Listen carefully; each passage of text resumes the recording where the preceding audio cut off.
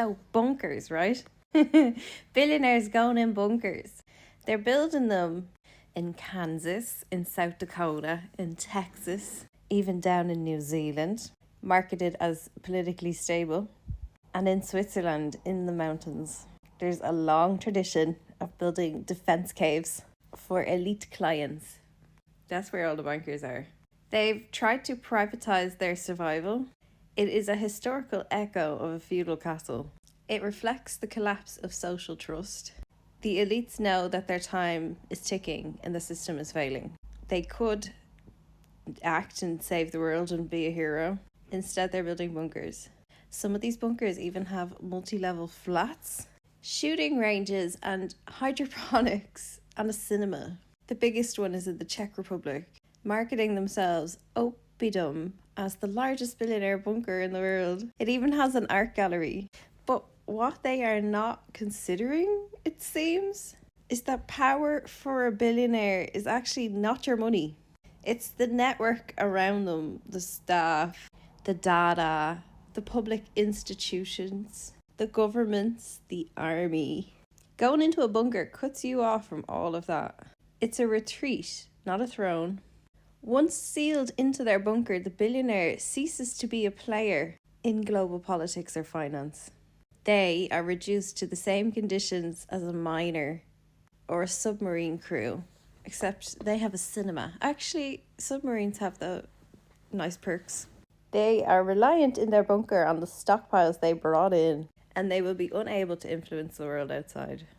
Even the most advanced bunkers can only support life for a couple of years. Decades max. Your food will run out, your medicine will run out, and they still rely on external supply chains. All of these bunkers have been designed with one key fallibility. They are dependent on being staffed. All of these designs assume that hired staff will still serve these billionaires in their bunkers. But many staff will just walk away, rebel, or worse, give us the keys.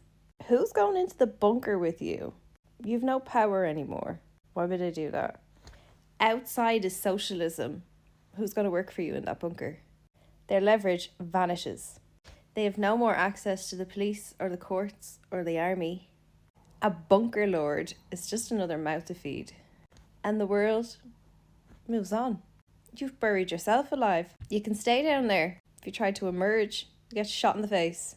A new government will immediately rise and ecosystems will shift. A billionaire now risks re-emerging. Their fortune is gone. The money, the currency it was in, doesn't exist. Their companies have been nationalised and new rulers are in charge. And bounty hunters are looking for the bunkers.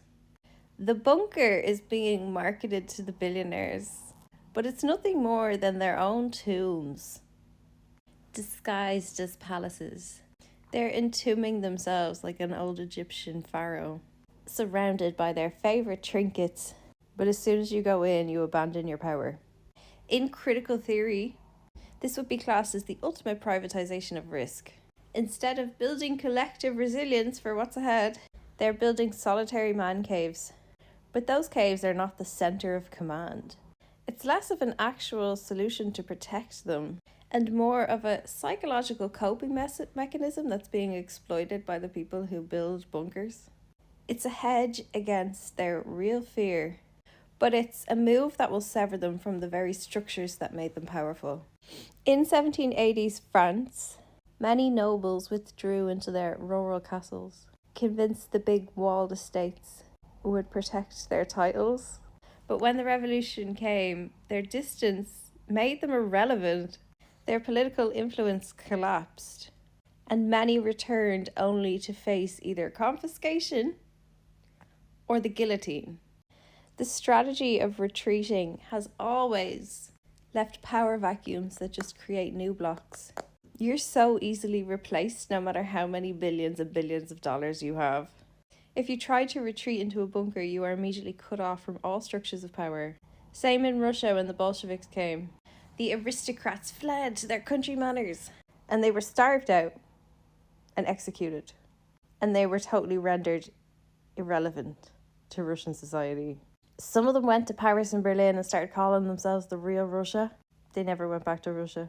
Russia moved on. Hitler went into a bunker. What did he do in there? Did he come out? No, he killed himself. His proclamations became meaningless and his bunker became a tomb. Everyone in America is going on about that let them theory at the moment, and I think bunkers is a good example of let them. Let them isolate their power blocks. Remember that even the most advanced bunker relies on external supply chains. Once they go underground, they self-neutralize. You can find the bunkers. Local planning and zoning maps already show the geography of terrain and what's being built. For example, Survival Condo in Kansas, United States, is a developer that markets units. Vios X Point is a developer in South Dakota using the Black Hills Army Depot. In the Czech Republic, I can't pronounce this, it's near here. But this is publicly available. We don't have to do anything, just wait outside. Hundreds of Cold War defense bunkers are already catalogued by Britannia. It literally is in heritage documentation. Another one is Rising S Company, a Texas manufacturer, marketing modular underground shelters at scale. They have a whole marketing catalogue. Capitalism will eat itself. To sell a bunker to a billionaire, you must first zone it and promote it. Ergo, paper trail. You don't have to get them out of their bunker. You just have to stop the supply going in.